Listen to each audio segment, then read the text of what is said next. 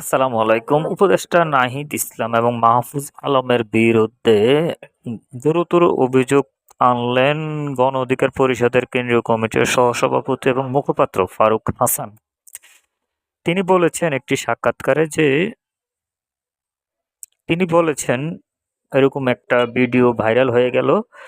সাবেক উপদেষ্টা নাহিদ এবং মাহফুজ যখন গণ অধিকার পরিষদ এবং সারা বাংলাদেশে রাষ্ট্রপতির অপসারণ আন্দোলন একদম চূড়ান্ত পর্যায়ে, যখন তারা গণ রাষ্ট্রপতির গণভবনের কাছাকাছি, তখন নাহিদ ইসলাম এবং মাহফুজ নাকি ফারুক হাসানকে কয়েকশো বার ফোন দিছে যাতে আন্দোলনটা তারা কমিয়ে দেয়, দমিয়ে যায়, যাতে আন্দোলনটা আর সামনের দিকে না আগায়।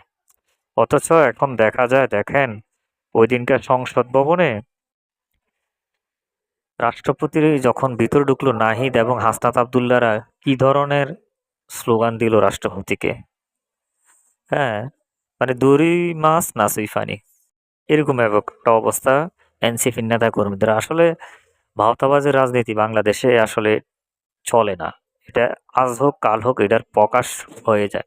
এই যে নাহিদ মাহফুজরা এই কাজটা করলো, এখন রাষ্ট্রপতির ভাষণের সময় তারা কি উচ্ছৃঙ্খল করলো সংসদ অধিবেশনে, এটা এখনো না প্রকাশ পাইতে আছে। যে গণ অধিকার পরিষদের কেন্দ্রীয় কমিটির সহসভাপতি মুখপাত্র ফারুক হাসান এটা প্রকাশ করে দিল। ওই সময় ইচ্ছা করলে তারা কিন্তু রাষ্ট্রপতিকে অপসারণ করতে হতো। এখন তো বাংলাদেশে যায় ঝামেলা না, রাষ্ট্রপতির অপসারণও কোনো তেমন একটা ঝামেলা না। এটা একটা হইলো পুতুলের মতো একটা পদ। এটা নিয়ে কোনো ঝামেলা করার কোনো মানে হয়?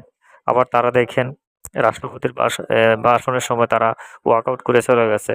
আবার ওই দিনকা স্বরাষ্ট্রমন্ত্রী সংসদে বললেন যে রাষ্ট্রপতির ভাষণের জন্য তারা 50 ঘন্টা বরাদ্দ চাইছে সংসদীয় কমিটির কাছে। সংসদীয় কমিটি সেটা বরাদ্দ দিছে।